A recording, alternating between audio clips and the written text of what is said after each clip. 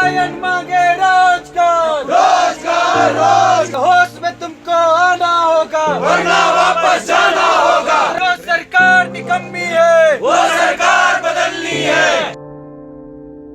वादे तो झूठे निकले हैं, दावे भी खोखले, फिर भी कुर्सियों पर सियासत तो देखिए। तब्दीलियों के नाम पर कुछ भी नया नहीं बनने को बन गई है सियासत तो देखिए। जनकवि बल्ली सिंह चीमा की लिखी गजल की ये लाइनें उत्तराखंड के हालातों पर सटीक बैठती है। लंबे जन संघर्ष और 42 कुर्बानियों के बाद मिले अलग राज्य में विकास कार्य तो हुए, लेकिन पलायन, बेरोजगारी, शिक्षा और स्वास्थ्य के सवाल ज्वलंत बने हुए हैं। प्रदेश में बेरोजगारी की दर में 3 गुना से ज्यादा इजाफा हुआ है। पलायन आयोग की रिपोर्ट के अनुसार 14.2% बेरोजगारी दर केंद्रीय श्रम बल आयोग के सर्वेक्षण में प्रदेश में 4,69,907 पंजीकृत बेरोजगार हैं। 734 गांव पूरी तरह से खाली। पलायन आयोग की रिपोर्ट के मुताबिक 50% रोजगार और 15% शिक्षा के लिए हो रहा पलायन। एक तरफ रोजगार मेले लगाकर सरकार दावा करती है कि कई लोगों को रोजगार दिया गया है, लेकिन बावजूद इसके कभी उपनलकर्मी, कभी रोडवेज कर्मचारी हर बार सड़कों पर बेरोजगार उतरते हैं। पहाड़ पलायन का दंश झेल रहे हैं, जिसका सबसे बड़ा कारण है बेरोजगारी, सुविधाओं की कमी। पलायन आयोग की रिपोर्ट के अनुसार राज्य के 3,946 गांवों में 1,18,981 लोग स्थायी और 6,338 गांवों में से 3,83,726 लोग अस्थायी रूप से रोजगार, शिक्षा के लिए पलायन कर चुके हैं। वहीं पंचायती राज विभाग के तकरीबन 350 से अधिक कर्मचारी पिछले 70 दिनों से विरोध प्रदर्शन कर रहे हैं, जिसको लेकर उत्तराखंड पंचायती राज आउटसोर्सिंग कर्मचारी संगठन के अध्यक्ष का कहना है कि कोरोना काल के दौरान राज्य सरकार ने सभी कर्मचारियों की सेवाओं को निरस्त करने का काम किया था। कई कर्मचारी आमरण अनशन पर बैठे हैं, जिनमें से कुछ की बेहद तबीयत खराब हो गई है। उनका कहना है कि सरकार ने एक बार भी उनकी सुध लेना जरूरी नहीं समझा। होश में तुमको आना होगा वरना वापस जाना होगा। उत्तराखंड सरकार होश में आओ, होश में आओ, होश में आओ। अरे रोजी रोटी दे न सके जो वो सरकार निकम्मी है, जो सरकार निकम्मी है वो सरकार बदलनी है, जो सरकार निकम्मी है वो सरकार बदलनी है। पलायन मांगे रोजगार, रोजगार रोजगार, पलायन मांगे रोजगार, रोजगार रोजगार। जिसके चलते 25 दिसंबर से कर्मचारियों ने भूख हड़ताल करना शुरू कर दिया।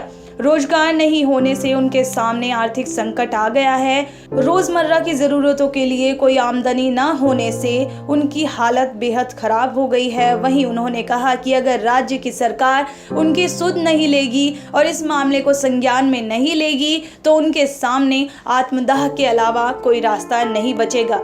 केंद्र सरकार और राज्य सरकार वैसे तो बड़े बड़े दावे करती है, बात करती है रोज़गार की, लेकिन वहीं अगर बात करें प्रदेश की तो प्रदेश में लगातार बेरोज़गारी का आंकड़ा जो है वो आसमान छूता देखा जा रहा है और आए दिन कोई ना कोई यहाँ पर धरने करते नज़र आता है। जैसे कि आज हम मौजूद हैं धरना स्थल पर, जहाँ पर पंचायती राज विभाग द्वारा जो डाटा एंट्री और जेई के जो संविदा पर जो कर्मी रखे जाते हैं उनको जो है वो निकाल दिया गया था, उन्हें जो है तनख्वाह भी नहीं दी गई थी। चलिए आज बात करते हैं इन लोगों से। सर, कब से बैठे हैं आप धरने?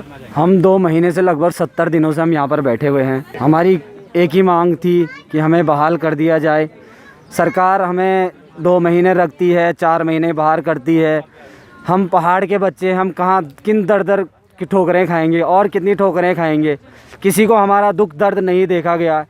हम नौकरी कर रहे हैं पहाड़ों, अपना घर छोड़ के दूसरे ब्लॉक में, जहां हमने कमरे पे किराए ले रखा है, किराए के कमरे ले रखे हैं, उसका किराया देना है, खाने का देना है, हर समस्या से जूझना पड़ रहा है। और आज हम यहाँ जूझ रहे हैं देहरादून में, जहाँ पर हमारे न रहने का ठिकाना है न खाने का ठिकाना है।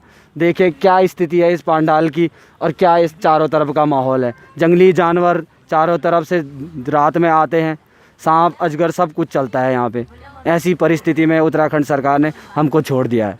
कितने लोग जो हैं जिनकी जो है जॉब छीनी जा चुकी है सरकार की? यहाँ पर 95 कनिष्ठ अभियंता थे और 281 डेटा एंट्री ऑपरेटर थे, जो विभिन्न ब्लॉकों में कार्य कर रहे थे और अच्छा काम कर रहे थे।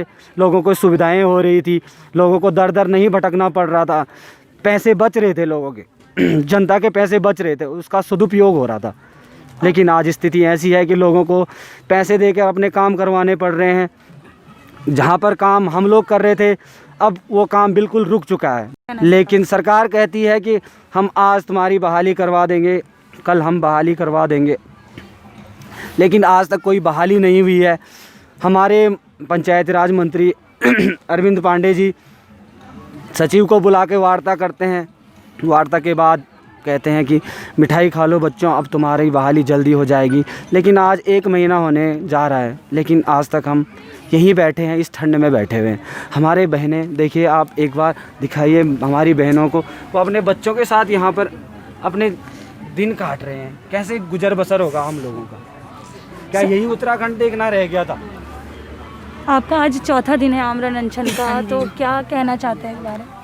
हम तो कुछ यही कहना चाहेंगे कि हमारी बहाली जल्द से जल्द कीजिए, नहीं तो हम यही अपने आप को त्याग देंगे सब कुछ। छोटे छोटे बच्चों को भी लेकर आ रखे हैं आप, क्या करें मैडम, घर में तो हम छोड़ नहीं सकते ना उन्हें। बच्चे हैं, कहाँ छोड़ेंगे उन्हें, अपने साथ ले आने पड़ेंगे। वो भी ठंड में हमारे साथ मर रहे हैं। अब सरकार इतनी नहीं देख पा रही हमें, तो हम क्या कर सकते हैं इसमें।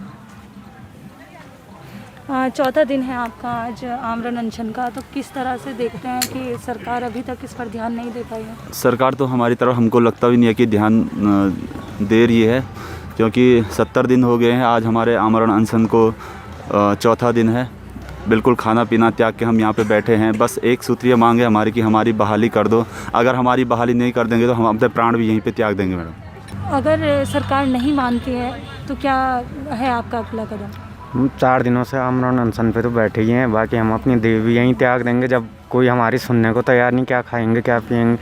हमारे पास तो अपनी घर की रोजी रोटी चलाने को भी पैसा नहीं है। हमारे बीवी बच्चे घर में हैं, हम उनको कहाँ से हम अपने घर का खर्चा चलाएं?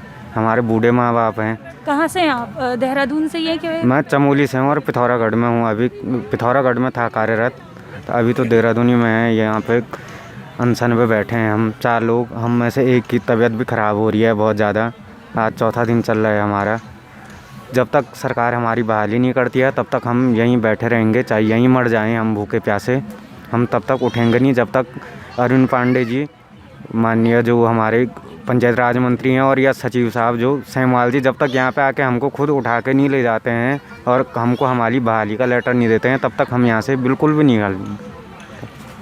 पहाड़ों से भी बहुत से लोग आ रखे हैं यहाँ पर, तो किस तरह से देखते हैं कि अपनी मांगों को लेकर इतनी दूर आए फिर भी सरकार का ये रवैया आज तक हमारी समझ में नहीं आया है। उत्तराखंड को 20 सालों से लूटा जा रहा है। बेरोजगारी -1% है। शायद ये फार्मूला आज तक हमने कहीं देखा नहीं। हमने भी मैथ्स पढ़ी है, इंजीनियरिंग करी है, और आज हम यहाँ पे बैठे हैं। ये स्थिति हो चुकी है उत्तराखंड की। इंजीनियरिंग कॉलेज खुलवा दिए हर चप्पे चप्पे, लेकिन उनके लिए रोज़गार है कहाँ मैडम? कहाँ रोज़गार है? क्या करेगा प्रदेश का युवा? कितना ठगोगे उसको? अब तो हमारे आंसू भी सूख चुके हैं। इस उत्तराखंड पे हम कितना रोए।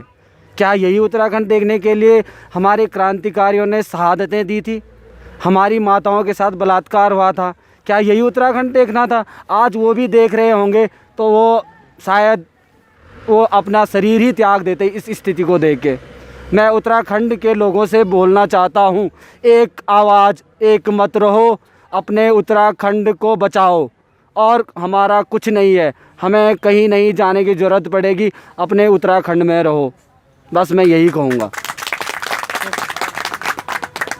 तो हमारे साथ जुड़े थे पंचायती राज विभाग में आउटसोर्स में काम करने वाले जो कुछ लोग थे, जो कि पहाड़ों से भी आए हैं यहाँ पर अपनी मांगों को लेकर कि इनको जल्दी से जल्दी इनको बहाल कर दिया जाए, इनको फिर से जो है नौकरी पर रख लिया जाए। अब देखना ये होगा कि सरकार इनकी मांगें कब तक पूरी करती हैं। हम देख ही रहे हैं कि किस तरीके से यहाँ पर आमरण अनशन का इनका चौथा दिन है। तो अब ये देखना होगा कि सरकार के कान पर जूं रेंगती है कि नहीं, और इनकी जो समस्या है उसका हल करती है कि नहीं। कैमरा पर्सन विजय के साथ मैं हिना आज़मी, जनादेश एक्सप्रेस लाइव, देहरादून।